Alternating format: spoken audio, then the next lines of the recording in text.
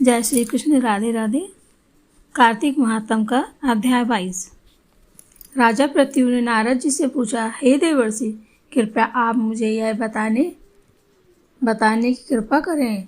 आप मुझे यह बताइए कि वृंदा को मोहित करके विष्णु भगवान ने क्या किया, फिर वह कहाँ गए। जब देवता स्थिति कर मौन हो गए तब शंकर जी ने सब देवताओं से कहा, हे ब्रह्मादिक देवताओं, जलंधर तो मेरा ही अंश था, उसे मैंने तुम्हारे लिए नहीं मारा, यह मेरी सांसारिक लीला थी। फिर भी आप लोग सत्य कहिए कि इससे आप सुखी हुए या नहीं। तब ब्रह्मादिक देवताओं ने हर्ष से खिले हुए और उन्होंने शिव जी को प्रणाम किया। जय श्री शंकर भोलेनाथ की। विष्णु जी का यह सब वृतांत कह सुनाया जो उन्होंने बड़े प्रयत्न से वृंदा को मोहित किया था तथा वह अग्नि में प्रवेश कर परम गति को प्राप्त हुई थी।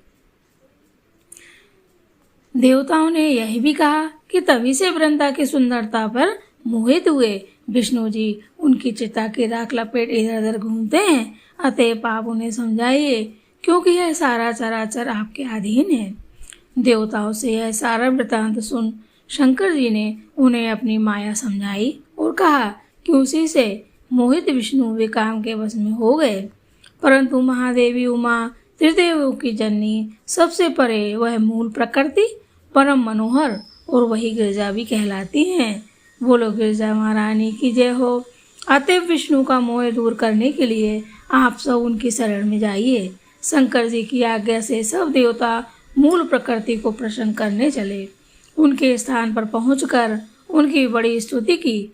तब यह आकाशवाणी हुई कि हे देवताओं, मैं ही 3 प्रकार से 3 गुणों से पृथक होकर स्थित सत्य गुण से गौरा, रजोगुण से लक्ष्मी और तमोगुण से ज्योति रूप हूँ। अतएव अब आप मेरी रक्षा के लिए उन देवियों के पास जाओ तो वे तुम्हारे मनोरथों को पूर्ण कर देंगी। यह सुनकर देवता भगवती के वाक्यों का आदर करते हुए माता गौरी, माता महालक्ष्मी और माता सरस्वती को प्रणाम करने लगे। जय हो माता गौरी, महालक्ष्मी, माता सरस्वती के। सब देवताओं ने भक्ति पूर्वक उन सब देवियों की प्रार्थना की। उस स्तुति से तीनों देवियां प्रकट हो गईं। सभी देवताओं ने खुश होकर निवेदन किया। तब उन देवियों ने कुछ बीज देकर कहा, इसे ले जाकर बो दो तो तुम्हारे सब कार्य सिद्ध हो जाएंगे। तुलसी मैया का महत्व बताएं। ब्रह्मादिक देवता उन तुलसी मैया के बीजों को लेकर विष्णु जी के पास गए। उन बीजों को लेकर विष्णु जी के पास गए, वृंदा की चिता भूमि में डाल दिया। इससे धात्री, मालती और तुलसी प्रकट हुई। विधात्री के बीज से धात्री, मतलब जो बीज भगवान जी ने दिए थे ना, उनकी बात चल रही है। विधात्री के जो बीज थे उससे धात्री, लक्ष्मी जी के जो बीज थे वो मालती और गौरी के जो बीज थे वो तुलसी जी प्रकट हुई। जय हो तुलसी मैया की जय हो। यानी कि ये हम समझते हैं कि विधात्री के बीज से धात्री यानी कि आंवला और लक्ष्मी जी के बीज से मालती का पेड़ और गौरी जी के बीज से माता महातुलसी प्रकट हुई। बोलो तुलसी मैया, शालिग्राम भगवान की जय हो, विष्णु भगवान महालक्ष्मी की जय हो, माता सरस्वती की जय हो। विष्णु जी ने ज्यों उन स्त्री रूप वाली वनस्पतियों को देखा तो वे उठ बैठे, कामासक्त चित्त से मोहित हो उनसे याचना करने लगे। धात्री और तुलसी ने उनसे प्रीति की। विष्णु जी सारा दुख मूल देवताओं से नमस्कृत हो अपने लोक वैकुंठ में चले गए। वह पहले की तरह सुखी होकर शंकर जी का स्मरण करने लगे। यह आख्यात शिव जी की भक्ति देने वाला है। बोलो जय जय श्री कृष्ण। राधे राधे। यह अभी हमने कार्तिक महात्म का 22वां अध्याय पढ़ा। इसी के अंतर्गत हम दामोदर मास की उकुल बंधन की लीला पढ़ते हैं। वैसे तो हमारे श्री कृष्ण जी सभी लीलाएं अनंत अनंत गुना आनंद प्रदान करने वाली हैं। चाहे वह पूतना वध हो, चाहे बकासुर वध हो, चाहे अघासुर वध हो, चाहे धेनुकासुर वध हो, चाहे कालिया मर्दन क्यों न हो, माखन चोरी की अनेक लीलाएं, गो चराने की लीला हो, मिट्टी खाने की लीला हो, फिर शरद पूर्णिमा के बिहार लीला हो, सभी लीलाएं अमृत तुल सुख प्रदान करने वाली हैं। जैसा कि आप सभी लोग को पता ही होगा, अति पावन कार्तिक मास का महीना चल रहा है और इस महीने में भगवान कृष्ण की एक बहुत प्रसिद्ध लीला दामोदर लीला हुई थी। जो भी भक्त इस महीने नित्य प्रतिदिन से दामोदर अष्टक का पाठन या श्रवण करते हैं, वे श्री माँ दामोदर भगवान की अनंत अनंत कृपा प्राप्त करते हैं। हम दामोदर लीला देखेंगे। एक दिन माता यशोदा दही मतने में व्यस्त थी और अपने लाला कन्हैया की लीलाओं को गुनगुनाते जा रही थी। उसी समय बालक कन्हैया सुबह सुबह नींद से जागे और दूध पान करना चाहते थे। इस कारण से उन्होंने मैया यशोदा के दही माथने वाली मतनी को पकड़कर अपनी मैया को रोकने का प्रयास करने लगे। मैया यशोदा बड़े ही वात्सल भाव से, प्यार से, स्नेह से अपने कन्हैया को दुग्धपान कराने लगी। उसी समय रसोई में गर्म होने के लिए जो दूध रखा था वह उबलने लगा और उन्होंने मई कन्हैया को गोद से उतार कर दूध बचाने के लिए रसोई की तरफ तेजी से दौड़ पड़ी। मैया द्वारा बीच में इस तरह छोड़कर जाने से कन्हैया को बहुत गुस्सा आया और उन्होंने एक पत्थर से दही वाली मटकी को तोड़ दिया और एकांत में जाकर ताज़ा ताज़ा मक्खन अपने छोटे छोटे हाथों से चाटने लगे। कितना सुंदर दृश्य। तथा ओखली का उखल का अर्थ है लकड़ी का पात्र, जो मसाला वगैरह कूटने के लिए प्रयोग किया जाता है, पर बैठकर बंदरों को भी मक्खन खिलाने लगे। छोटी टूटी हुई दही की मटकी को देख मैया को समझने में जरा भी देर नहीं लगी कि यह हरकत तो भैया कन्हैया की ही है। अपने द्वारा की हुई इस शैतानी की वजह से प्रभु श्याम सुंदर भय के कारण इधर उधर देखते भी जा रहे थे।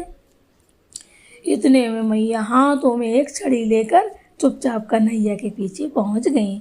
मैया के हाथ में छड़ी देखते ही बालक कृष्ण उखल से कूदकर भय से भागने लगे और माता यशोदा उन्हें पकड़ने के लिए पीछे पीछे दौड़ी। कितना सुंदर दृश्य, कितनी अजीब बात है। जिन परमेश्वर को बड़े बड़े योगी, सिद्ध और साधक बड़े बड़े अनुष्ठानों और तमाम विधियों से अनंत जन्मों के प्रयास के बाद भी नहीं पकड़ पाते, उन्हीं ब्रह्मांड के मालिक को माँ यशोदा आज पकड़ने की कोशिश कर रही हैं और प्रभु भी मैया के भय से भाग रहे हैं, जिनकी भ्रुकुटी के संकेत मात्र से अनंत अनंत ब्रह्मांड नष्ट हो जाते हैं।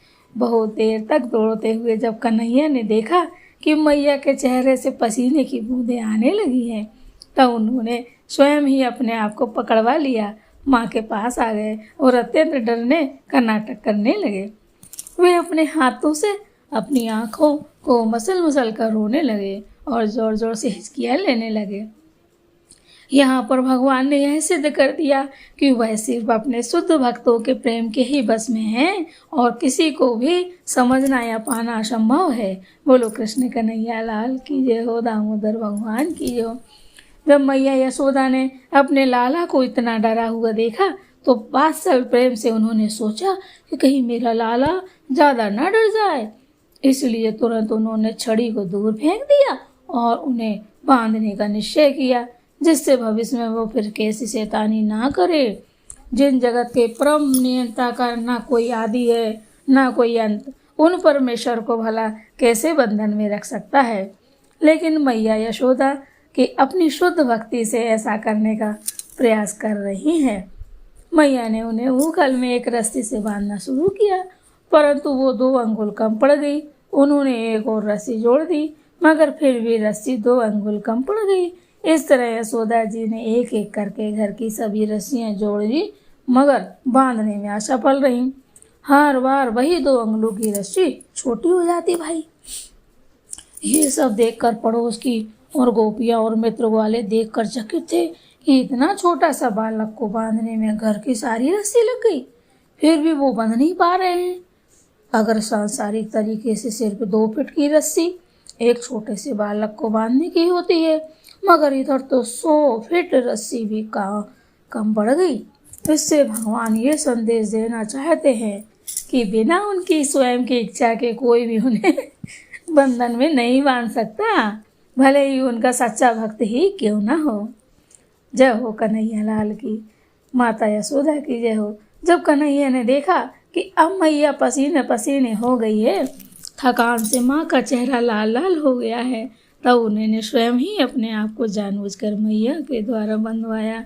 जे नकल ब्रह्मांड के मालिक को ब्रह्मा शिव जैसे लोग पूर्ण रूप से नहीं समझ सकते हैं, वही प्रभु आज मैया यशोदा के प्रेम के वश में आज अपने आप को बंधन में भी करवा लेते हैं। वाह रे वाह भगवान, क्या लीला है आपकी, हे श्री कृष्ण, हे गोविंद, हे कन्हैया लाल। वास्तव में उन परमेश्वर की लीला को समझना सांसारिक दूषित व्यक्तियों के समझ की बाहर की बात है। उनकी लीला को सिर्फ उनकी ही कृपा के माध्यम से समझा जा सकता है। दाम का एक अर्थ यह भी होता है रस्सी, दाम का एक अर्थ रस्सी भी होता है, और उदर का अर्थ पेट होता है। अतः मैया द्वारा पेट के चारों ओर रस्सी से बांधने के कारण प्रभु का नाम दामोदर भी विख्यात है। बोलो दामोदर भगवान की जय हो। प्रेम से बोलिए दामोदर भगवान की जय। इस तरह लाला को बांधकर माँ यशोदा घर के काम में गई। बोलो कृष्ण भगवान की जय।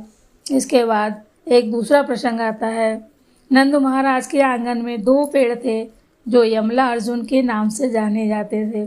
अपने पूर्व जन्म में ये वृक्ष कुबेर के पुत्र नल कुंवर और मणिग्रीव थे, जो बहुत ही ऐश्वर्यवान और धनी परिवार में थे, जो कि धन के प्रभाव से बहुत अभिमानी और मदमस्त हो गए थे। नारद मुनि के शाप के फलस्वरूप वो माता यशोदा और नंद महाराज के घर में पेड़ बनकर खड़े थे। यहाँ पर एक प्रश्न उठता है कि सदा सभी का कल्याण चाहने वाले नारद जैसे दयालु वैष्णव भक्त ने इन कुबेर के पुत्रों को शाप क्यों दिया? इसके पीछे कुछ रहस्य इस तरह से है। कुबेर के ये दोनों पुत्र शिव जी के विशेष भक्त थे और उनका आशीर्वाद प्राप्त किए हुए, और इस बात को इन्हें बहुत गर्व था। एक बार कैलाश पर्वत स्थित मंदाकिनी नदी के किनारे एक पुष्पवन में ये दोनों कई सुंदर युवतियों के साथ गायन विहार कर रहे थे। यहाँ पर इन लोगों ने वारुणी एक विशेष प्रकार की मंद्रा को पिया और नशे में मदमस्त हो गए भैया, झूमने लगे। नशे के अति प्रभाव के कारण इन लोगों ने मंदाकिनी नदी में, जो कि पुष्पों से भरी हुई थी, बहुत सुंदर लग रही थी, सुंदर युवतियों के साथ जल क्रीड़ा करने लगे।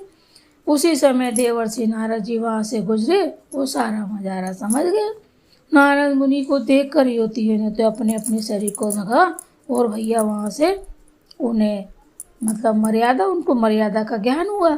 लेकिन कुबेर पुत्र अपने घमंड के कारण जैसे नहा रहे थे वैसे ही नहाते रहे और अमर्यादित होकर उन्होंने अपने आप को कोई भी मर्यादित नहीं किया और ना ही ऋषिवर को प्रणाम किया। नारद जी ने, जो कि सदा करुणा और करुणा की भावना से भरे रहते हैं, उन दोनों मदांत कुबेर पुत्रों को पेड़ बनने का अभिशाप दिला दिया, क्योंकि उन दोनों ने ऋषि को देखकर अपनी धन और पद के गर्व के कारण मर्यादित नहीं हुए और न ही उन्हें प्रणाम किया, जो कि सनातन संस्कृति है। नारद जी ने कहा, द्वापर में श्री कृष्ण के दर्शन करने के उपरांत ही तुम इस जड़ योनि से मुक्त हो सकोगे और मेरे आशीर्वाद की वजह से तुम अपने पूर्व जन्म कर्म का स्मरण सदा रहेगा। इतना कहकर भैया नारद मुनि वहाँ से अपने आश्रम चले गए और ये दोनों कुबेर पुत्र नलकुंवर और मणिग्रीव अर्जुन के जुड़वा वृक्ष माता यशोदा के आंगन में प्रकट हुए।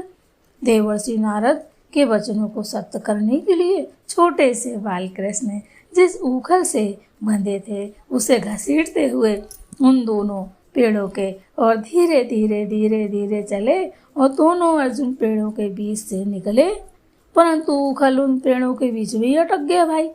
इसके फलस्वरूप कन्हैया आगे नहीं बढ़ पा रहे थे, जिसके कारण उन्होंने ऊखल को निकालने के लिए थोड़ा और खींचते हुए जोर लगाया। जोर लगाते ही दोनों विशाल वृक्ष जड़ से उखड़ गए और जोर की आवाज के साथ भूमि पर गिर पड़े वृक्ष। इसके तुरंत बाद ही वहाँ 2 अत्यधिक तेजवान देव पुरुष हाथ जोड़ते हुए प्रकट हुए और भगवान श्री कृष्ण की स्तुति इस प्रकार से करने लगे। दोनों कुबेर पुत्रों ने कहा, आप सभी कारणों के कारण स्वरूप सृष्टि के आदि से परम भगवान हैं और सभी जीवों के अंदर परमात्मा रूप में निवास करते हैं। आपके बारे में स्वयं ब्रह्मा शिव आदि परम योगी तक ठीक से नहीं जान पाते और जिनके लिए आपके दर्शन अति दुर्लभ है, उन्हीं श्री हरि के मनोहारी बाल रूप के साक्षात दर्शन हमें नारद जी की कृपा से संभव हो सके। वास्तव में नारद जी ने हम दोनों भाइयों पर करुणा के कारण ही शाप दिया और उस शाप के कारण ही अखिल ब्रह्मांड के नियंता के दर्शन पा रहे हैं। इस समय बहुत प्रकार से स्तुति करने के उपरांत उन दोनों ने उन परमेश्वर श्री कृष्ण की परिक्रमा की और भगवान कृष्ण की आज्ञा से स्वर्गलोक की ओर प्रस्थान किया। बोलो श्री कृष्ण भगवान की जय। इसके बाद दूसरा प्रसंग आता है। उन वृक्षों के गिरने से जोरदार आवाज को सुनकर मैया सहित सभी आसपास के गोपियां और ग्वाले भाग कर आए और आश्चर्य करने लगे कि कैसे ये पेड़ गिर गए भाई। मैया यशोदा ने तुरंत लाला को उखल से बंधी रस्सी से खोला और अपने हृदय से लगा लिया और भगवान को धन्यवाद किया कि उनका लाला सुरक्षित है। बोलो कृष्ण कन्हैया लाल की जो हो, माता यशोदा की जो हो। वहाँ पर उपस्थित कुछ बालकों ने कहा, कन्हैया ने ही पेड़ों को गिराया है। और उसके बाद दो तेजस्वान पुत्र निकलकर लाला को हाथ जोड़कर गए थे। लेकिन बालकों की बातों पर किसी को विश्वास होता है क्या? विश्वास नहीं हुआ, क्योंकि गोकुल में सभी कृष्ण प्रेम में सरोवर थे और उन्हें न केवल मानते थे बल्कि शुद्ध प्रेम भी करते थे। यही है श्री कृष्ण की दामोदर लीला।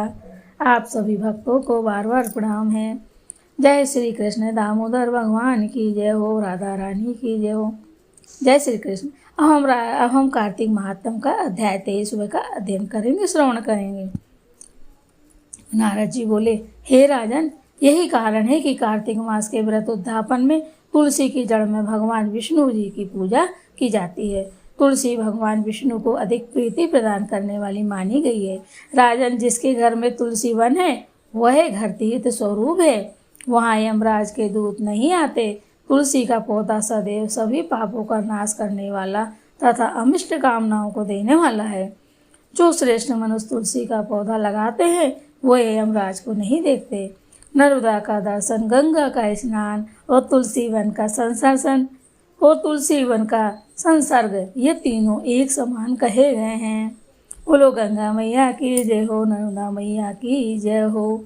जो तुलसी की मंजरी से संयुक्त होकर प्राण त्यागता है वह सैकड़ों पापों से युक्त ही क्यों न हो तो भी यमराज उसकी और नहीं देख सकते। तुलसी को छूने से कामिक, वाचिक, मानसिक आदि सभी पाप नष्ट हो जाते हैं। जो मनुष्य तुलसी दल से भगवान का पूजन करते हैं वह पुनः गर्भ में नहीं आते, अर्थात जन्म भरण के चक्कर से छूट जाते हैं।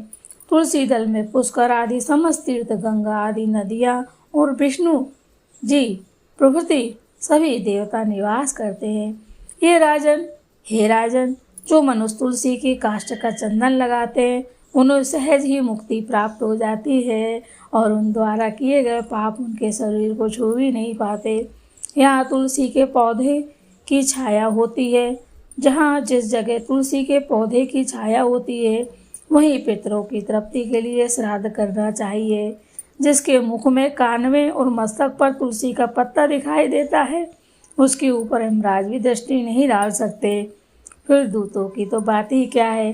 जो प्रतिदिन आदरपूर्वक तुलसी की महिमा सुनता है वह सब पापों से मुक्त हो ब्रह्मलोक को जाता है। इस प्रकार आंवले का महान वृक्ष सभी पापों का नाश करने वाला है। आंवले का वृक्ष भगवान विष्णु को प्रिय है। इसके स्मरण मात्र से ही मनुष्य गोदान का फल प्राप्त करता है। जो मनुष्य कार्तिक में आंवले के वन में भगवान विष्णु की पूजा कर आंवले की छाया में भोजन करता है उसके भी पाप नष्ट हो जाते हैं। आंवले की छाया में मनुष्य जो भी पुण्य करता है वह कोटि गुना हो जाता है। जो मनुष्य आंवले की छाया के नीचे कार्तिक में ब्राह्मण दंपति को एक बार भी भोजन देकर स्वयं भोजन करता है वह अन्य दोष से मुक्त हो जाता है। लक्ष्मी प्राप्ति की इच्छा रखने वाले मनुष्य सदैव आंवले से स्नान करना चाहिए। नवमी अमावस्या, सप्तमी, संक्रांति, रविवार, चंद्र ग्रहण तथा सूर्य ग्रहण के दिन आंवले से स्नान नहीं करना चाहिए। जो मनुष्य आंवले की छाया में बैठकर पिंडदान करता है उसके पितर भगवान विष्णु के प्रसाद से मोक्ष को प्राप्त होते हैं। जो मनुष्य आंवले के फल और तुलसी दल को पानी में मिलाकर स्नान करता है उसे गंगा स्नान का फल मिलता है।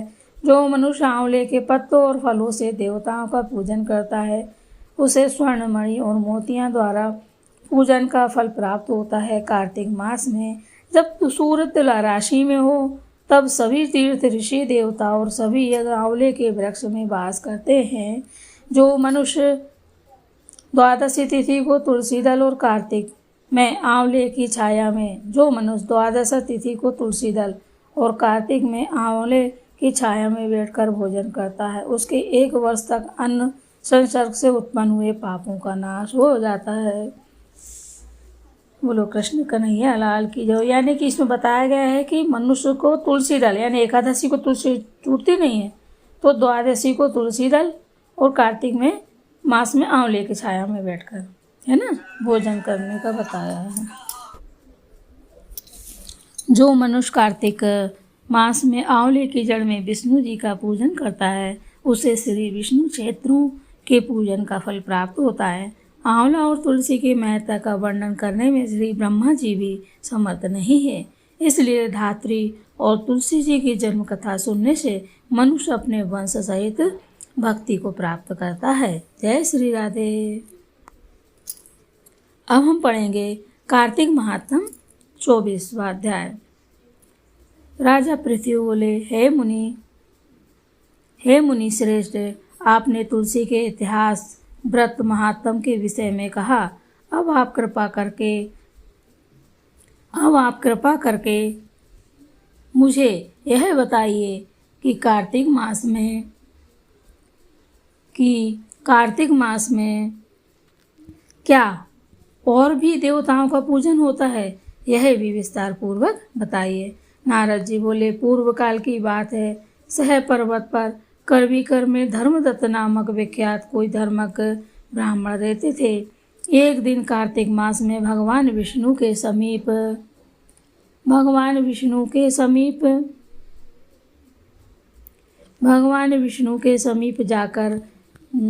जागरण करने के लिए वे भगवान जी के मंदिर की ओर चले। उस समय एक पहर रात बाकी थी। भगवान के पूजन की सामग्री साथ लिए जाते हुए ब्राह्मण ने मार्ग में देखा कि एक भयंकर राक्षसी आ रही है।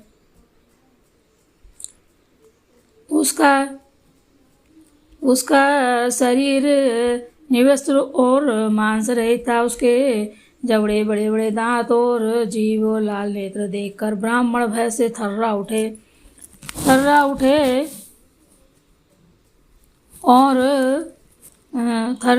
उनका सारा शरीर कँपकँपाने लगा। उन्होंने साहस कर पूजा की सामग्री तथा जल से ही उस राक्षसी के ऊपर प्रहार किया।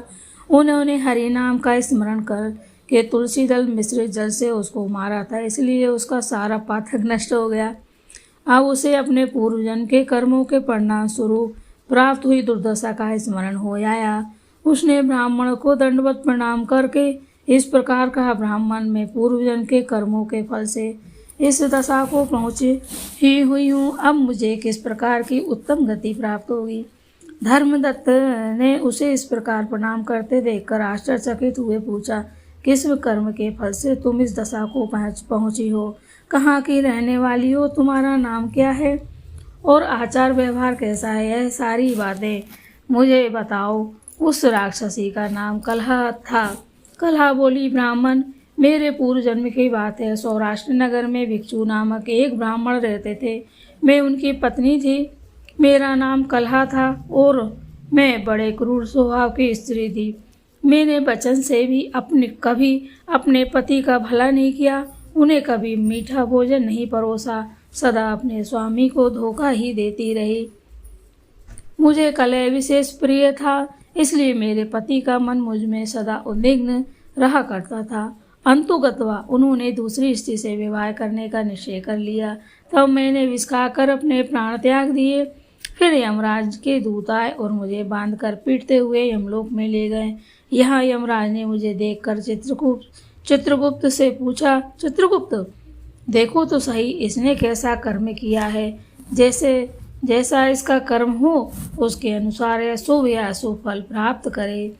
चित्रगुप्त ने कहा, इसका किया हुआ कोई भी शुभ कर्म नहीं है।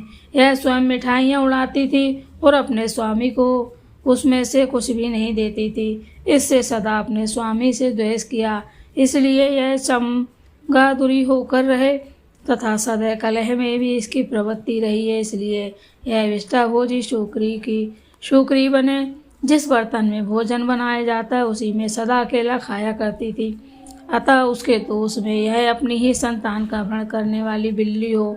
उसने अपने पति को निमित्त बनाकर आत्मघात किया, इसलिए यह अत्यंत निंदनीय स्त्री प्रेत के शरीर में भी कुछ काल तक अकेली ही रहे। इसे यमदूतों द्वारा निर्जल प्रदेश में भेज दिया जाए, वहाँ दीर्घ काल तक यह प्रेत के शरीर में निवास करे। उसके बाद यह पापनी शेष 3 योगिनी का भी उपभोग करेगी। कलहा ने कहा, विप्रवर मैं वही पापनी कलहा हूँ। इस प्रेत शरीर में आए मुझे 500 वर्ष बीत चुके। मैं सदैव भूख प्यास से पीड़ित रहा करती हूँ। एक बनिए के शरीर में प्रवेश कर मैं इस दक्षिण देश में कृष्णा और वेड़ी के संगम तक आई हूँ।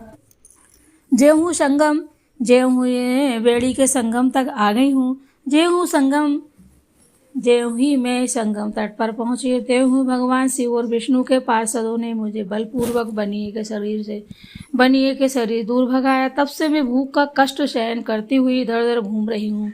इतने ही में आपके ऊपर मेरी दृष्टि पड़ गई। आपके हाथ से तुलसी मिश्रित जल का संसर्ग पाकर मेरे सब पाप नष्ट हो गए।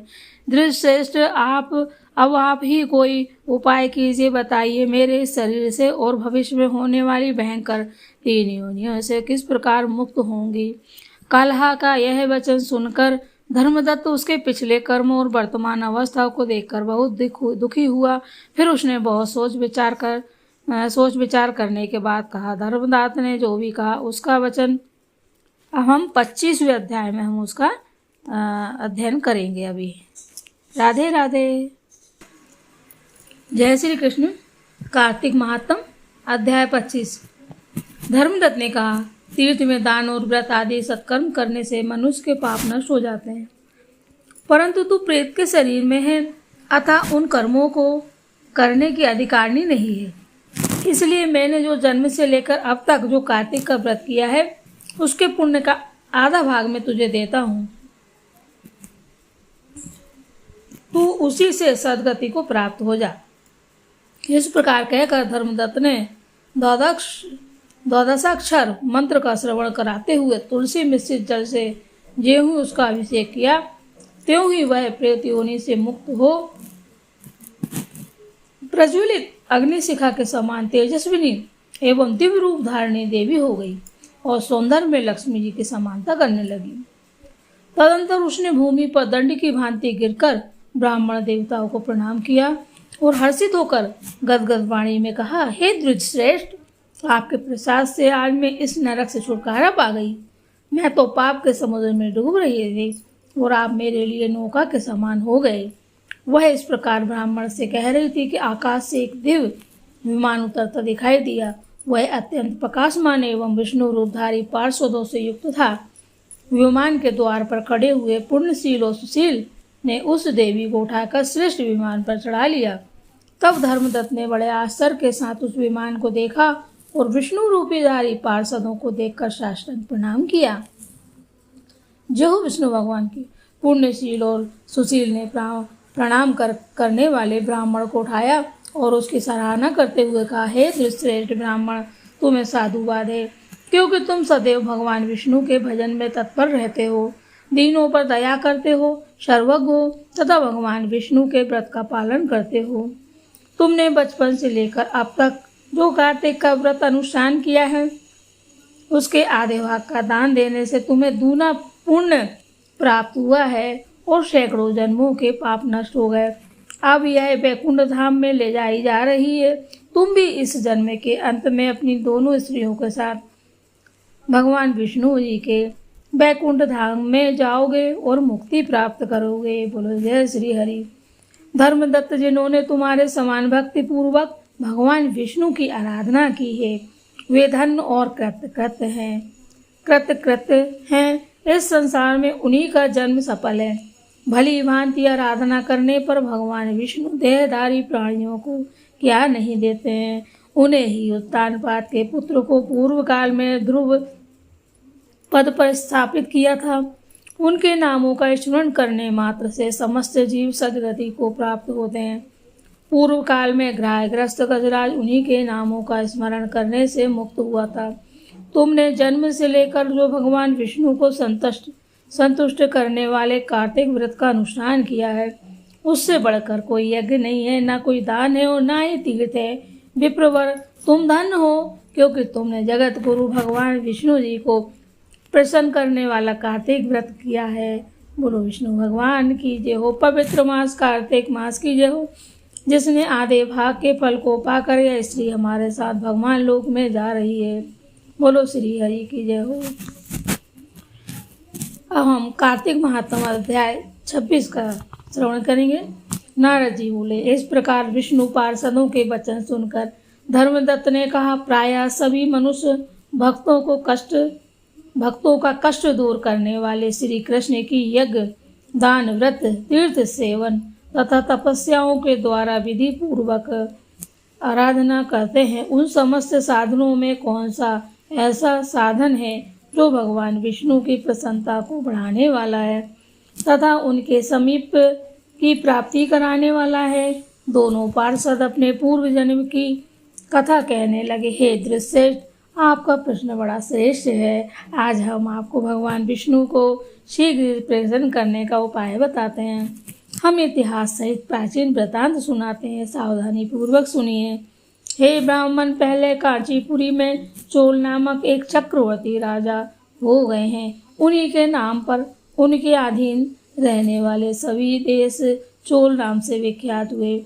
राजा चोल जब इस भूमंडल का शासन कर रहे थे, उस समय उनके राज्य में कोई भी मनुष्य दर्द दुखी पापों में मन लगाने वाला अथवा रोगी नहीं था। एक समय की बात है, राजा चोल अनंत शयन नामक तीर्थ में गए, जहाँ जगदीश्वर भगवान विष्णु ने योग निद्रा का आश्रय लेकर शयन किया था। वहाँ भगवान विष्णु के दिव्य विग्रह की राजा जी ने विधि पूर्वक पूजा की। दिव्य मणि युक्ता फल तथा सुवर्ण के बने हुए सुंदर पुष्पों से पूजन करके साष्टांग प्रणाम किया। प्रणाम करके जेहूं बैठे, उसी समय उनकी दृष्टि भगवान के पास आते हुए एक ब्राह्मण पर पड़ी, जो उन्हीं की कांची नगरी के निवासी थे। उनका नाम विष्णुदास था। उन्होंने भगवान की पूजा के लिए अपने हाथ में तुलसी दल और जल ले रखा था। निकट आने पर उन ब्राह्मण ने विष्णु सूक्त का पाठ करते हुए देवाधिदेव भगवान जी को नहलाया, स्नान कराया और तुलसी की मंजरी तथा पत्तों से उनकी विधिवत पूजा की। राजा चोल ने जो पहले रत्नों से भगवान की पूजा की थी, वह सब तुलसी पूजा से ढक गई।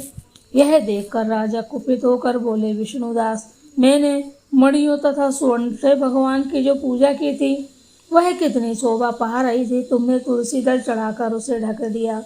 बताओ ऐसा क्यों किया? मुझे तो ऐसा जान पड़ता है कि तुम दरिद्र और गंवार हो, भगवान विष्णु की भक्ति को व्याकुल नहीं जानते।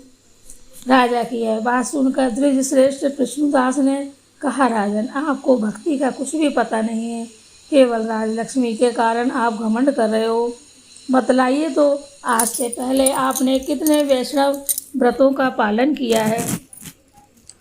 तब नृप श्रेष्ठ चोल ने हंसते हुए कहा, तुम तो दरिद्र और निर्धन हो, तुम्हारी भगवान विष्णु में भक्ति ही कितनी है।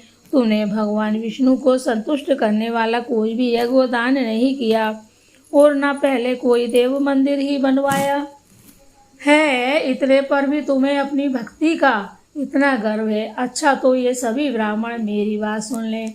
भगवान विष्णु जी के दर्शन पहले मैं करता हूँ या यह ब्राह्मण। इस बात को आप सब लोग देखें, फिर हम दोनों में से किसकी भक्ति कैसी है, यह सब लोग स्वतः ही जान लेंगे। ऐसा कहकर राजा अपने राजमहल को चले गए। वहाँ उन्होंने महर्षि मुद्गिल को आचार्य बनाकर वैष्णव यज्ञ प्रारंभ किया। उधर सदैव भगवान विष्णु को प्रसन्न करने वाले शास्त्रोक्त नियमों तत्पर विष्णुदास भी व्रत का पालन करते हुए वहीं भगवान विष्णु के मंदिर में रुक गए। उन्होंने माघ और कार्तिक के उत्तम व्रत का अनुष्ठान, तुलसी वन की रक्षा, एकादशी को द्वादश अक्षर मंत्र का जाप, नित्य गीत आदि मंगलमय आयोजनों के साथ प्रतिदिन षोडोपचार से भगवान विष्णु की पूजा आदि नियमों का आचरण किया। वे प्रतिदिन चलते फिरते और सोते हर समय भगवान विष्णु का स्मरण किया करते थे। उनकी दृष्टि सर्वत्र सम हो गई थी। वे सब प्राणियों के भीतर एकमात्र भगवान विष्णु को ही स्थित देखते थे। इस प्रकार राजा चोल और विष्णुदास दोनों ही भगवान लक्ष्मीपति की आराधना में संलग्न थे। दोनों ही अपने अपने व्रत में स्थित रहते और दोनों की ही संपूर्ण इंद्रिया तथा समस्त कर्म भगवान विष्णु को समर्पित हो चुके थे। इस अवस्था में इन दोनों ने दीर्घ काल व्यतीत किया। बोलो जय श्री हरि। बोलो विष्णु भगवान की जय हो, महालक्ष्मी की जय हो, सभी भक्तों की जय हो। अब हम कार्तिक महात्म अध्याय 27 का श्रवण करेंगे। पार्षदों ने कहा, एक दिन की बात है, विष्णुदास ने नित्य कर्म करने के पश्चात भोजन तैयार किया, परंतु कोई छिपकर उसे चुरा ले गया। विष्णु प्रसाद ने देखा भोजन नहीं है, परंतु उन्होंने दोबारा भोजन नहीं बनाया, क्योंकि ऐसा करने पर सायकाल की पूजा के लिए उन्हें अवकाश नहीं मिलता। अतः प्रतिदिन के नियम का भंग हो जाने का भय था। दूसरे दिन पुनः उसी समय भोजन बनाकर वे देव ही विष्णु भगवान को भोग अर्पण करने के लिए गए। त्यों किसी ने आकर फिर सारा भोजन हड़प लिया। इस प्रकार लगातार 7 दिनों तक कोई उनका भोजन चुरा कर ले जाता रहा। इससे विष्णुदास को बड़ा विस्मय हुआ। वे मन ही मन इस प्रकार विचार करने लगे, ओहो, कौन है जो प्रतिदिन आकर मेरी रसोई से भोजन चुरा ले जाता है? यदि दोबारा रसोई बनाकर भोजन करता हूँ तो सायकाल की पूजा छूट जाती है। यदि रसोई बनाकर तुरंत ही भोजन कर लेना उचित हो तो मुझसे यह न होगा, क्योंकि भगवान विष्णु को सब कुछ अर्पण किए बिना कोई भी वैष्णव भोजन नहीं करता। आज उपवास करते मुझे 7 दिन हो गए। इस प्रकार मैं व्रत में कब तक स्थिर रह सकता हूँ? अच्छा, आज मैं रसोई की भली भांति रक्षा करूँगा। ऐसा निश्चय करके भोजन बनाने के पश्चात वे वहीं कहीं छिपकर खड़े हो गए। इतने में ही उन्होंने एक चांडाल दिखाई दिया जो रसोई का अन्न हर कर जाने के लिए तैयार खड़ा था। भूख के मारे उसका सारा शरीर दुर्बल हो गया। मुख पर दीनता छा रही थी। शरीर में हाड़ और चाम के सिवा कुछ शेष नहीं बचा था। उसे देखकर श्रेष्ठ ब्राह्मण विष्णुदास का हृदय करुणा से भर आया। उन्होंने भोजन चुराने वाले चांडाल की ओर देखकर कहा, भैया जरा ठहरो ठहरो, क्यों रूखा सूखा खाते हो? घी भी ले लो। इस प्रकार कहते हुए विप्रवर विष्णुदास को आता देख वज चंडाल भय के मारे बड़े वेग से भागा। कुछ ही दूरी पर मूर्छित होकर गिर गया। चांडाल को भयभीत और मूर्छित देखकर दृश्य से विष्णुदास बड़े वेग से उसके समीप आए और दयावश अपने वस्त्र के छोर से उसको हवा करने लगे। तदंतर जब वह उठकर खड़ा हुआ तब विष्णुदास ने देखा वहाँ चांडाल नहीं है, बल्कि साक्षात नारायण ही शंख चक्र और गदा धारण किए सामने उपस्थित थे। बोलो विष्णु भगवान की जय हो, लक्ष्मीपति विष्णु भगवान की जय हो। अपने प्रभु को प्रत्यक्ष देखकर विष्णुदास सात्विक भावों के वशीभूत हो गए। वे स्तुति और नमस्कार करने में भी समर्थ न हो सके। तब भगवान ने सात्विक व्रत का पालन करने वाले अपने भक्त विष्णुदास को हृदय से लगा लिया और उन्हें अपने जैसा रूप देकर वैकुंठ धाम को ले गए। जय श्री कृष्ण, जय हो प्रभु। उस समय यज्ञ में दीक्षित हुए राजा चोल ने देखा विष्णुदास एक श्रेष्ठ विमान पर बैठकर भगवान विष्णु जी के समीप जा रहे हैं। विष्णुदास जी को वैकुंठ धाम में जाते देख राजा ने शीघ्र ही अपनी गुरु महर्षि मुद्गल को बुलाया और इस प्रकार कहा कि कहना आरंभ किया, जिसके साथ स्पर्धा करके मैंने इस यज्ञ दान आदि कर्म का अनुष्ठान किया है, वह देखो वह ब्राह्मण आज भगवान विष्णु जी का रूप धारण करके मुझसे पहले ही वैकुंठ धाम जा रहा है। बोलो श्री हरि की जय हो, महालक्ष्मी की जय हो, वैकुंठ धाम की जय हो, विष्णु दास ब्राह्मण की जय हो। मैंने इस वैष्णव धाम में भली भांति दीक्षित होकर अग्नि में हवन किया और दान आदि के द्वारा ब्राह्मणों का मनोरथ पूर्ण किया, तथापि अभी तक भगवान विष्णु मुझ पर प्रसन्न नहीं हुए और इस विष्णुदास को केवल भक्ति के ही कारण श्री हरि ने प्रत्यक्ष दर्शन दिया। अतः जान पड़ता है कि भगवान विष्णु केवल दान और यज्ञ से प्रसन्न नहीं होते, उन प्रभु का दर्शन कराने में भक्ति ही प्रधान कारण है। तो भक्तों, हम सभी को श्री हरि भगवान विष्णु की पूजा आराधना भक्ति निश्चल भाव से करना चाहिए। दोनों पार्षदों ने कहा। इस प्रकार कहकर राजा ने अपने भांजे को राजा सिंहासन पर अभिषेक कर दिया। वे बचपन से ही यज्ञ की दीक्षा लेकर उसी में संलग्न रहते थे, इसलिए उन्हें कोई पुत्र नहीं हुआ था। यही कारण उस देश में अब तक भांजे ही राज्य के उत्तराधिकारी होते हैं। भांजे को राज्य देकर राजा यज्ञशाला में गए और यज्ञ कुंड के सामने खड़े होकर भगवान विष्णु को संबोधित करते हुए 3 बार उस स्वर में निम्नलिखित वचन बोले। भगवान विष्णु, आप मुझे मन, वाणी, शरीर और क्रिया द्वारा होने वाली अविचल भक्ति प्रदान कीजिए। इस प्रकार कहकर वे सबके देखते देखते अग्नि कुंड में कूद पड़े। बस उसी क्षण भक्त वत्सल भगवान विष्णु अग्नि कुंड में ही प्रकट हो गए। बोलो श्री हरि की जय हो। उन्होंने राजा को हृदय से लगाकर एक श्रेष्ठ विमान में बिठाया और उन्हें अपने साथ लेकर वैकुंठ धाम को प्रस्थान किया। बोलो सभी भक्तों की जय हो, श्री हरि की जय हो। नारद जी बोले, हे राजन, जो विष्णुदास थे वो तो पूर्णशील नाम से प्रसिद्ध भगवान के पार्षद हुए, और जो राजा चोल थे उनका नाम सुशील हुआ। इन दोनों को अपने ही समान रूप देकर भगवान लक्ष्मीपति ने अपना द्वारपाल बना लिया। बोलो श्री हरि की जय। इस प्रकार से कार्तिक मातम अध्याय 27 पूरा हुआ। ओम नमो भगवते वासुदेवाय। ओम नमो भगवते वासुदेवाय। तो 12 अक्षर का जो अभी चर्चा हुई है वो 12 अक्षरों का ओम नमो भगवते वासुदेवाय, यहाँ तक पूरे 12 अक्षर होते हैं, आप गिन के देखना। हमें इस नाम का वैसे भी प्रतिदिन नित्य हमें मतलब श्रवण करना चाहिए, बोलना चाहिए, जाप करना चाहिए, मनन करना चाहिए। ओम नमो भगवते वासुदेवाय। हम श्रवण करेंगे कार्तिक महात्म्यम अध्याय 28। धर्मदत्त ने पूछा, मैंने सुना है कि जय और विजय भी भगवान विष्णु के द्वारपाल हैं। अब राजा चोल और विष्णुदास जो हैं वो दोनों द्वारपाल प्रभु जी के बन गए हैं। अब आपस में बात कर रहे हैं। धर्मदत्त ने पूछा, मैंने सुना है कि जय और विजय भी भगवान विष्णु के द्वारपाल हैं। उन्होंने पूर्व जन्म में ऐसा कौन सा पुण्य किया था जिससे वे भगवान के समान रूप धारण करके वैकुंठ धाम के द्वारपाल हुए। दोनों पार्षद ने कहा, ब्रह्मन, पूर्व काल में प्रणुबिंदु की कन्या देवहूति के गर्भ से महर्षि कद्रम की दृष्टि मात्र से 2 पुत्र उत्पन्न हुए। उनमें से बड़े पुत्र का नाम जय और छोटे का नाम विजय हुआ। पीछे उसी देवहूति के गर्भ से योग धर्म को जानने वाले भगवान कपिल जी उत्पन्न हुए। जय हो। जय और विजय सदा भगवान की भक्ति में तत्पर रहते थे। वे नित्य अष्टाक्षर मंत्र का जाप और वैष्णव व्रतों का पालन करते थे।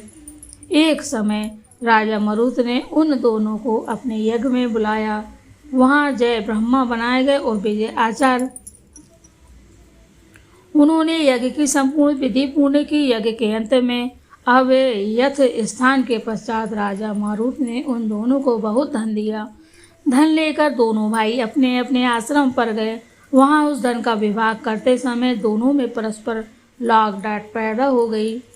जय ने कहा, इस धन को बराबर बराबर बांट लेते हैं। विजय का कहना था कि नहीं, जिसको जो मिला है वह उसी के पास रहे। तब जय ने क्रोध आकर लोभी विजय को शाप दिया, तुम ग्रहण करके देते नहीं हो, इसलिए ग्राह है अर्थात मगरमच्छ हो जाओ। यानी तुम ग्रहण तो कर रहे हो लेकिन हमको वो या किसी को भी वो चीज़ को तुम दे नहीं रहे हो, इसलिए ग्राह है। ग्राह गा में राखी रेब आकी मतरहा ग्राह है अर्थात मगरमच्छ हो जाओ। मगरमच्छ ऐसे ही ना लेते ही है। जय के साप को सुनकर विजय ने भी साप दिया। तुमने मद में से भ्रांत होकर साप दिया, इसलिए तुम मातंग अर्थात हाथी की योनि में जाओ, है ना।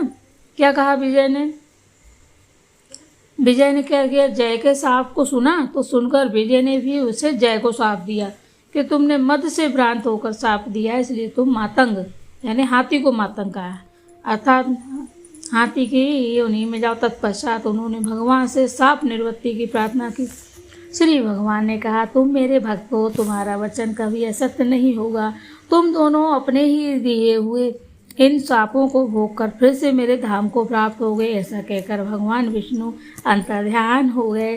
तदनंतर वे दोनों एक गंडक नदी के तट पर ग्राह और गज हो गए। उस योनि में भी उन्हें पूर्व जन्म का स्मरण बना रहा और वे भगवान विष्णु के व्रत में तत्पर रहे। किसी समय वह गजराज कार्तिक मास में स्नान के लिए गंडक नदी गया तो उस समय ग्राह ने साप के हेतु को स्मरण करते हुए उस गज को पकड़ लिया। ग्राह से पकड़े जाने पर गजराज ने भगवान रमानाथ का स्मरण किया। रमा यानी माता लक्ष्मी, नाथ यानी विष्णु भगवान। ग्राह से पकड़े जाने के बाद गजराज ने भगवान रमानाथ का स्मरण किया। तभी भगवान विष्णु शंख चक्र और गदा धारण किए वहाँ प्रकट हो गए। उन्होंने चक्र चलाकर ग्राह और गजराज का उद्धार किया, यानी वो मगरमच्छ और जो हाथी था दोनों का उद्धार किया और उन्हें अपने ही जैसा रूप देखकर वैकुंठ धाम को ले गए। तब से वह स्थान हरि क्षेत्र के नाम से प्रसिद्ध हुआ। बोलो हरि क्षेत्र की जय हो। वे ही दोनों विश्वविख्यात जय और विजय जो भगवान विष्णु के द्वारपाल हुए। जय श्री कृष्ण। अभी अपन ने देखा ना, जय ने जो विजय को जो पहले साप दिया था तो उसने मगरमच्छ होने का दिया था ग्राह, वो फिर विजय ने दिया जय को, तो विजय ने जय को क्या दिया था कि तुम मातंग यानी हाथी हो जाओ। ठीक है। धर्मदत्त, तुम भी ईर्षा और द्वेष का त्याग करके सदैव भगवान विष्णु के व्रत में ही स्थिर रहो, समदर्शी बनो। कार्तिक मास, माघ मास और वैशाख के महीने में सदैव प्रातःकाल स्नान करो। एकादशी व्रत के पालन में स्थिर रहो। तुलसी के बगीचे की रक्षा करते रहो। ऐसा करने से तुम भी शरीर का अंत होने पर भगवान विष्णु के परम पद को प्राप्त होगे। भगवान विष्णु को संतुष्ट करने वाले तुम्हारे इस व्रत को से बढ़कर न यज्ञ, न दान है और न तीर्थ ही है। विप्रवर, तुम धन्य हो जिसके व्रत के आधे भाग का फल पाकर यह स्त्री हमारे द्वारा वैकुंठ धाम में ले जाई जा रही है। नारद जी बोले, हे राजन, धर्मदत्त को इस प्रकार उपदेश देकर वे दोनों विमानचारी पार्षद उस कलहा के साथ वैकुंठ धाम को चले गए। धर्मदत्त जीवन भर भगवान के व्रत में स्थिर रहे और देहावसान के बाद उन्होंने अपनी दोनों स्त्रियों के साथ वैकुंठ धाम प्राप्त कर लिया। इस प्राचीन इतिहास को जो सुनता है और सुनाता है वह जगत गुरु भगवान की कृपा से उनका सानिध्य प्राप्त कराने वाले उत्तम गति को प्राप्त होता है। बोलो जय श्री कृष्ण। राधे राधे राधे राधे। अभी हाल हमने जो अभी अध्ययन किया है यह 28वां अध्याय पूर्ण होता है। बोलो श्री हरि विष्णु भगवान की जय हो, लक्ष्मीपति की जय हो, महालक्ष्मी की जय हो, सभी भक्तों की जय हो। अब हम कार्तिक महात्म अध्याय 29 का श्रवण करेंगे। राजा पृथ्वी ने कहा, हे मुनिश्रेष्ठ, आपने कलहा द्वारा मुक्ति पाए जाने का वृतांत मुझसे कहा जिसे मैंने ध्यानपूर्वक सुना है। नारद जी, यह काम उन दो नदियों के प्रभाव से था, कृपया मुझे बताने की कृपा कीजिए। नारद जी बोले, हे राजन, कृष्णा नदी अर्थात साक्षात भगवान श्री कृष्ण महाराज का शरीर और वेणी नामक नदी भगवान शंकर का शरीर है। बोलो श्री हरिहर की जय हो। इन दोनों नदियों के संगम का महात्म श्री ब्रह्मा जी भी वर्णन करने में समर्थ नहीं है। फिर भी चूंकि आपने पूछा है इसलिए आपको इनकी उत्पत्ति का वृतांत सुनाता हूँ, ध्यानपूर्वक सुनो। चाक्षुषु मनवंतर के आरंभ में ब्रह्मा जी ने शह पर्वत के शिखर पर यज्ञ करने का निश्चय किया। वह भगवान विष्णु, भगवान शंकर तथा समस्त देवताओं सहित यज्ञ की सामग्री लेकर उस पर्वत के शिखर पर गए। महर्षि विज्ञ आदि ऋषियों ने ब्रह्मा जी में उन्हें दीक्षा देने का विचार किया। तत्पश्चात भगवान विष्णु ने ब्रह्मा जी की भार्या तौरा को बुलवाया। वह बड़ी धीमी गति से आ रही थी। इसी बीच में भृगु जी ने भगवान विष्णु से पूछा, हे विष्णु, हे प्रभु, आपने तौरा को शीघ्रता से बुलाया था, यह क्यों नहीं आई? ब्रह्म मुहूर्त निकल जाएगा। इस पर भगवान विष्णु जी बोले, यदि तोरा यथा समय यहाँ नहीं आती है तो आप गायत्री को ही स्त्री मानकर दीक्षा विधान कर दीजिए। क्या गायत्री पुण्य कर्म में ब्रह्मा जी की स्त्री नहीं हो सकती? नारद जी ने कहा, हे राजन, भगवान विष्णु की इस बात का समर्थन भगवान शंकर जी ने भी किया। यह बात सुनकर भृगु जी ने गायत्री जी को ही ब्रह्मा जी के दाईं ओर बिठाकर दीक्षा विधान आरंभ कर दिया। जिस समय ऋषि मंडल गायत्री जी को दीक्षा देने लगा, उसी समय तोरा भी यज्ञमंडल में आ पहुंची। ब्रह्मा जी के दाईं ओर गायत्री जी को बैठा देखकर ईर्ष्या से कुपित हो तोरा बोली, जहाँ अपूज्यों की पूजा और पूज्यों की अप्रतिष्ठा होती है, वहाँ दुर्भिक्ष, मृत्यु तथा भय तीनों अवश्य हुआ करते हैं। यह गायत्री ब्रह्मा जी की दाईं ओर मेरे स्थान पर विराजमान हुई है, इसलिए यह अदृश्य बहने वाली नदी होगी। आप सभी यह गायत्री ब्रह्मा जी की दाईं ओर मेरे स्थान पर विराजमान हुई है, इसलिए यह अदृश्य बहने वाली नदी होगी। कौन? माता गायत्री। आप सभी देवता ने बिना विचारे इसे मेरे स्थान पर बिठाया है, इसलिए आप सभी जड़ रूप नदियां होंगे।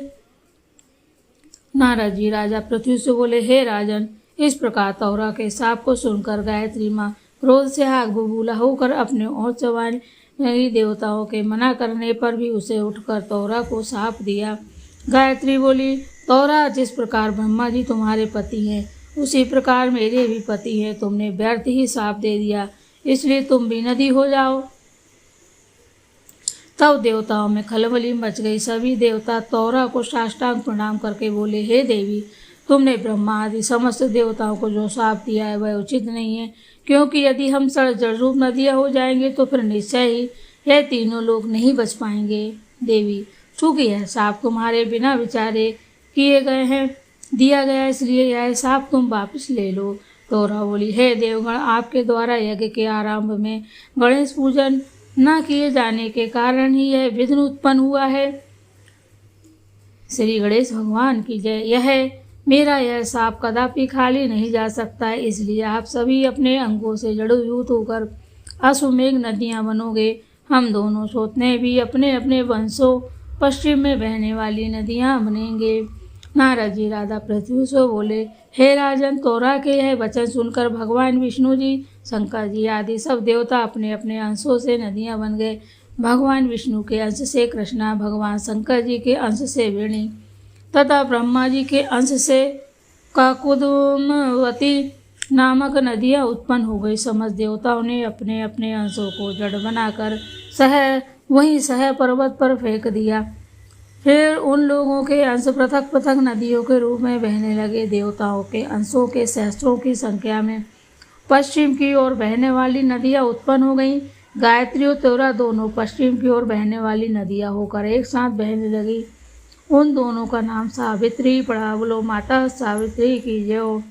ब्रह्मा जी ने यज्ञ स्थान पर भगवान विष्णु तथा भगवान शंकर की स्थापना की। दोनों देवता महाबल और अतिबल के नाम से प्रसिद्ध हुए। बोलो महाबल और अतिबल जी की जय हो। हे राजन, कृष्णा और वेणी नदी की उत्पत्ति का यह वर्णन जो भी मनुष्य सुनेगा या सुनाएगा, उसे नदियों के दर्शन और स्नान का फल प्राप्त होगा। बोलो कृष्ण भगवान की जय हो। जय श्री कृष्ण। जय हो कृष्णा नदी और वेणी नदी की जय हो। जय जय श्री कृष्ण। इस प्रकार से कार्तिक महत्तम अध्याय 29वां पूरा हुआ। बोलो जय श्री कृष्ण। ओम नमो भगवते वासुदेवाय। ओम नमो भगवते वासुदेवाय। ओम नमो भगवते वासुदेवाय। ओम नमो भगवते वासुदेवाय। ओम नमो भगवते वासुदेवाय। जय श्री कृष्ण। राधे राधे। अब हम बात करेंगे एकादशी, त्रिस्पर्शा देव उठनी प्रबोधनी एकादशी। त्रिस्पर्शा एकादशी के उपवास से 1000 एकादशी व्रतों का फल प्राप्त होता है। इस एकादशी को रात में जागरण करने वाला भगवान विष्णु के स्वरूप में लीन हो जाता है। पद्म पुराण में आता है कि देवर्षि नारद जी ने भगवान शिव जी से कहा, सर्वेश्वर, आप त्रिस्पर्शा नामक व्रत का वर्णन कीजिए। जिसे सुनकर लोग कर्म बंधन से मुक्त हो जाते हैं। महादेव जी विद्वान देवाधिदेव भगवान ने मोक्ष प्राप्ति के लिए इस व्रत की सृष्टि की है, इसलिए इसे वैष्णवी रीति कहते हैं। भगवान माधव ने गंगा जी की पाप मुक्ति के बारे में पूछने पर बताया था, जब एक ही दिन एकादशी, द्वादशी तथा रात्रि के अंतिम प्रहर में त्रयोदशी भी हो तो उसे त्रिस्पर्शा समझना चाहिए। यह तिथि धर्म, अर्थ, काम और मोक्ष देने वाली है तथा 100 करोड़ तीर्थों से भी अधिक महत्वपूर्ण है। इस दिन भगवान के साथ सद्गुरु की पूजा करनी चाहिए। यह व्रत संपूर्ण पाप राशियों का शमन करने वाला, महान दुखों का विनाश करने वाला, संपूर्ण कामनाओं का दाता है। इससे त्रिस्पर्शा के उपवास से ब्रह्म हत्या जैसे महापाप भी नष्ट हो जाते हैं। 1000 अश्वमेघ और 100 वाजपेयी यज्ञों का फल मिलता है। यह व्रत करने वाला पुरुष पितृकुल, मातृकुल तथा पत्नी कुल के सहित विष्णु लोक में प्रतिष्ठित होता है। इस दिन द्वादक्षर मंत्र ओम नमो भगवते वासुदेवाय का जप करना चाहिए। जिसने इसका व्रत कर लिया उसने संपूर्ण व्रतों का अनुष्ठान कर लिया। जय श्री कृष्ण। राधे राधे।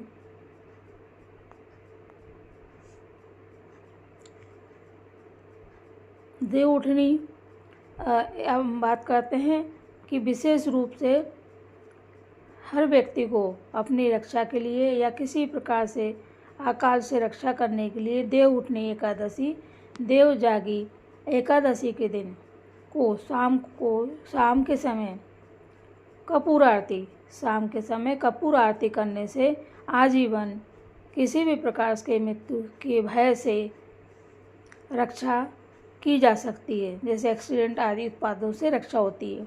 इसलिए देवउठनी एकादशी, देव जागी एकादशी के दिन कपूर की आरती करना बहुत जरूरी होता है। भीष्म पंचक व्रत 1 नवंबर को शनिवार से 5 नवंबर बुधवार तक भीष्म पंचक व्रत है। कार्तिक शुक्ल एकादशी से पूनम तक का व्रत भीष्म पंचक व्रत कहलाता है।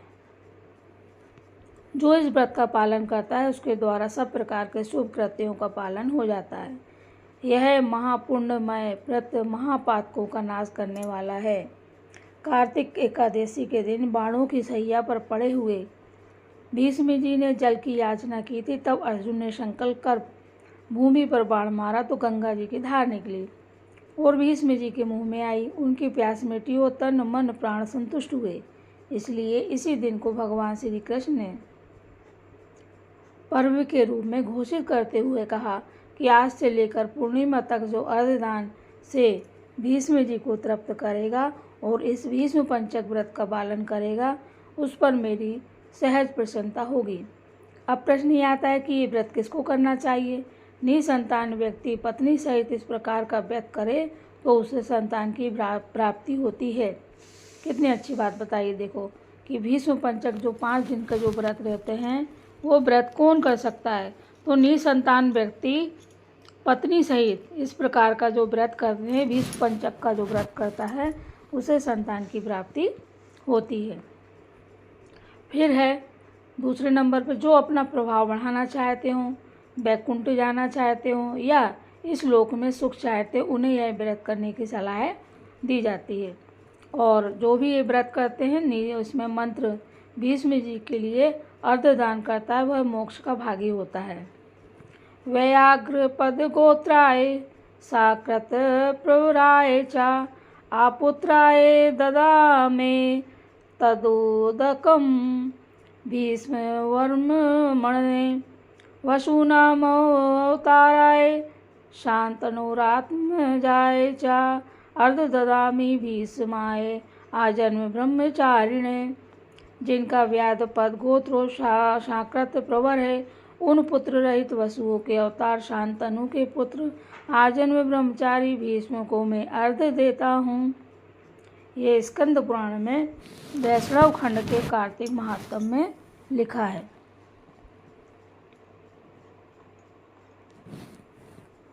व्रत करने की जो विधि होती है उसमें इस व्रत को करने का जो प्रथम दिन होता है वह देव उठनी एकादशी है। इस दिन भगवान नारायण जागते हैं। इस कारण इस दिन निम्न मंत्र का उच्चारण करके भगवान को जगाते हैं।